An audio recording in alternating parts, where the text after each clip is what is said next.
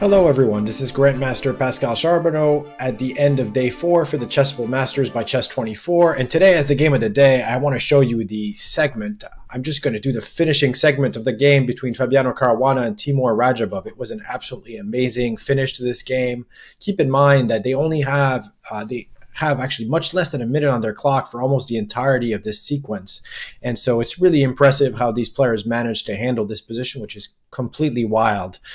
So we're starting here from a position that could have come from either a King's Indian or a Sveshnikov. We had Magnus Carlsen on our broadcast talking about this game. He was also fascinated by this position, and so it really felt like the right choice for the game of the day.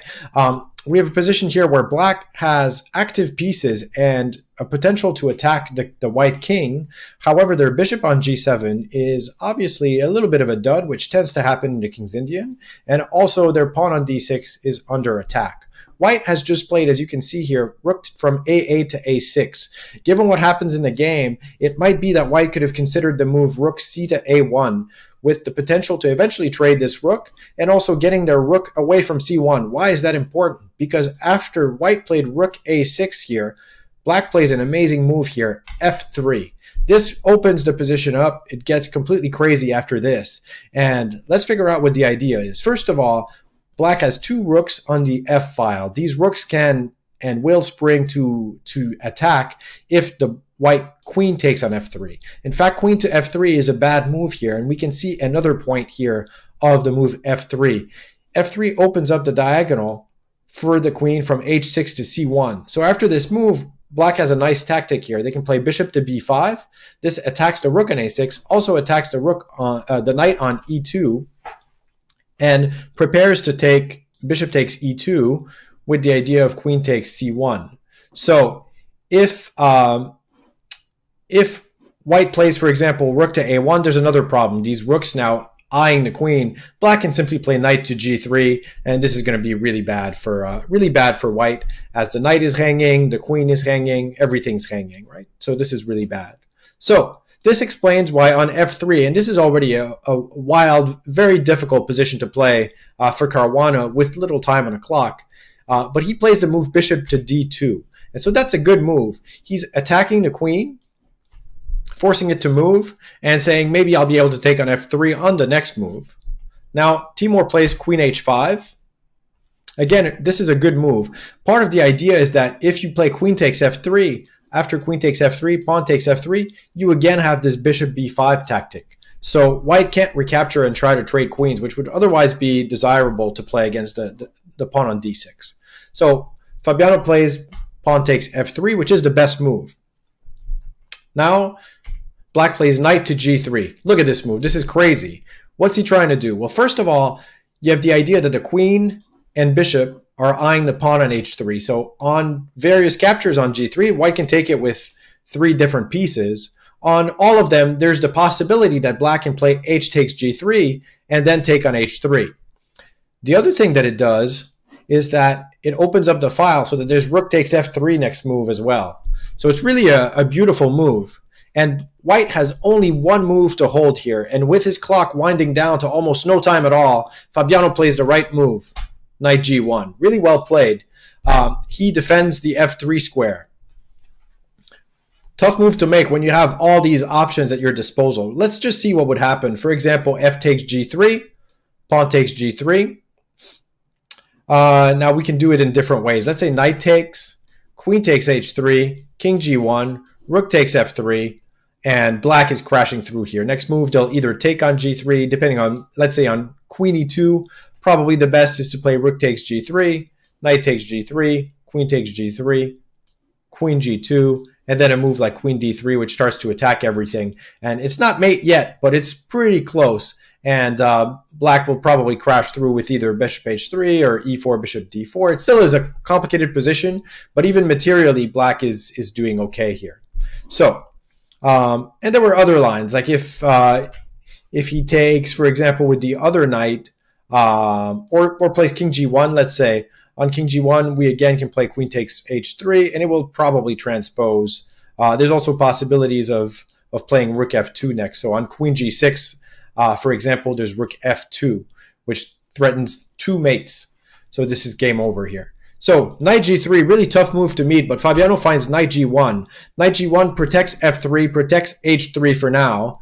And so it really tempts black into making this sacrifice now, which looks, it's almost impossible with your clock winding down not to play rook takes f3. It just seems so natural.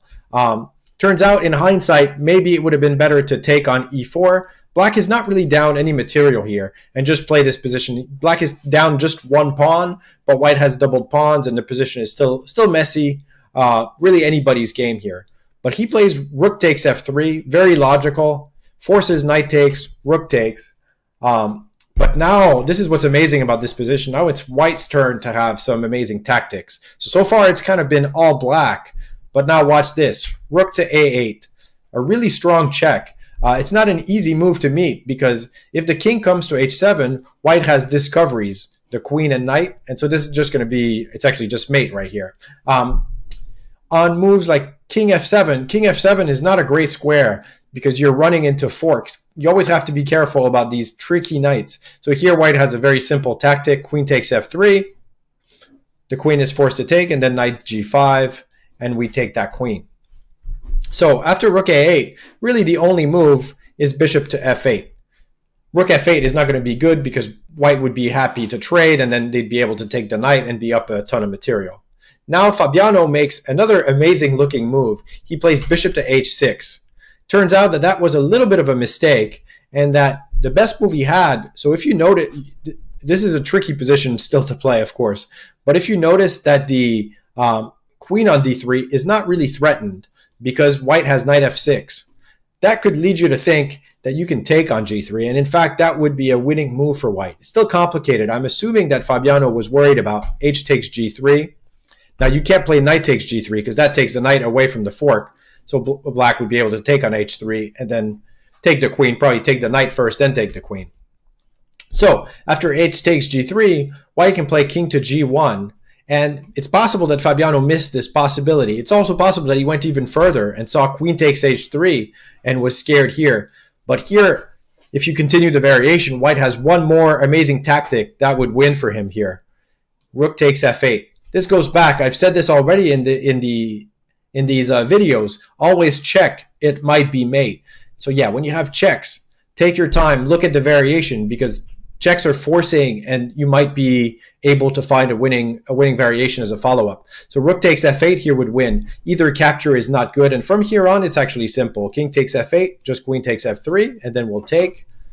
Finally, on rook takes f8, we can play queen takes g3, and we finally trade down to an up a piece endgame. So, rook takes. This was the move. Instead of bishop h6, the move f takes g3 would actually have won. Fabiano plays bishop h6, really tempting move as well.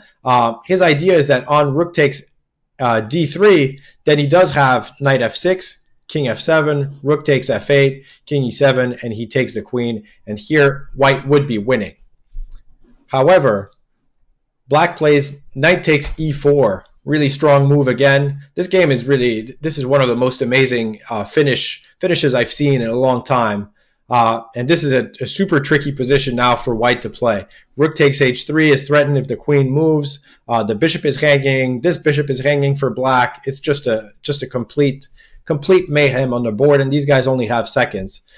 So Fabiano here plays rook g1, and that is a mistake. The best move would have been, again, rook takes f8, just because it distracts the rook. Rook takes f8. And only then rook to g1. This is very hard. This is really hard to spot this with a dwindling clock. But the idea is that on rook g1, king f7, now he can take the rook. And this position is still complicated, so much so that the computer thinks this is a draw. You have to be able to find an amazing move here for black, knight g5. And then if you continue the variation, I'll just show it quickly. But we can actually get to, amazingly enough, a drawn opposite colored bishop endgame. So, and this is drawn because the king can never really leave without losing the h pawn. So instead, Fabiano here, instead of rook takes f8, he plays rook g1. Very tempting move because it forces black to play king h7. And this is tempting because you're walking into losing a knight with check. But amazingly, this position is winning for black. So indeed, Fabiano takes it. And now black plays bishop f5, and suddenly everything is working out in black's favor. They're threatening rook takes h3, they're threatening the queen, they're threatening the bishop. Everything is hanging for white. The amazing thing is that Fabiano manages to complicate things enough to save this game here. He plays bishop takes f8. Now black plays rook takes h3, which is actually the most accurate move. So very well played by Radjabov. King g2, bishop takes queen check, king takes h3. And now it was just a matter of finding the accurate finish, but it was not so easy to spot, especially with little time. So there was a forced mate here for black, as spotted by Magnus Carlsen on our broadcast. And the move was to play queen to f3, king h4, queen takes f2, and this is very nice. Then the rook is forced to come to g3. Otherwise, white could simply, black could simply take the rook, and this is going to be over. So they've got to play rook g3. And then queen to h2. So this forces the king to come to g4 to defend the rook. If we play rook h3, that runs into queen f4 with bishop g6 mate. So king g4. And now there's the beautiful move king g6. Those quiet moves are the hardest ones to find.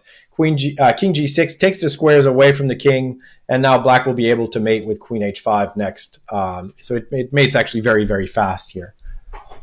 If the rook moves, like let's say we go rook to b3, then we can play queen f4. Again, now unfortunately there's no counterplay. And then king to h5. We continue with this this theme. Why not? So pretty amazing, pretty amazing. Instead, Radjabov played queen to f5, a natural move as well. So it's hard to fault him for this. But now white is able to play rook to g4. And unfortunately for black, he gets enough counterplay here. So if we play bishop f3, then there's rook a7. And again, somehow this is still just an amazing position. Here, white is actually almost winning, because if you go king g8, there's rook a8 with rook f8 or rook h8 mate. So it really is just a fascinating position here. After rook g4, I'm assuming that Radjabov thought he could play bishop f3, and then he spotted rook a7, and then was probably very disappointed. And now it's a subtle difference, but here he's not able to win, and white has enough counterplay with this rook a7. So Radjabov did the smart thing here, rather than try to force it. He agreed to a draw by repeating.